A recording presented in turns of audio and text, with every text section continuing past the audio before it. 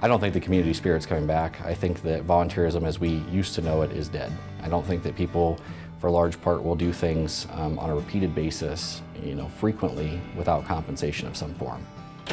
The volunteers are taking a lot of their own time out. They're giving a lot of their own time, their energy, their resources to the community with little to no return in terms of financial compensation. So when you think about a volunteer firefighter, there's a cost. I mean, it costs me money to volunteer, and it costs a lot of people money to volunteer because they're leaving their work, and particularly in cases where you have professional people, whether they're doctors, engineers, attorneys, any kind of person that owns their own small business, when they're leaving their employment to go serve the community, that's time that they're not putting in to make money for their family and to generate business for their company.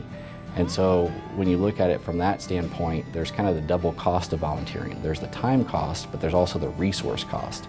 And then if you're a volunteer and something happens where you're hurt, then that adds an additional stressor to the situation. And if you think about, there's the difference between, I'm burnt in a fire versus a mental injury like PTSD, because we don't see the PTSD necessarily like we would a burn injury.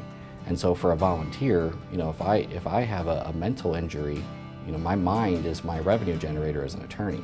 And if I can't work, whether it's from a physical or a mental injury, then I can't generate revenue and I can't make money in a living.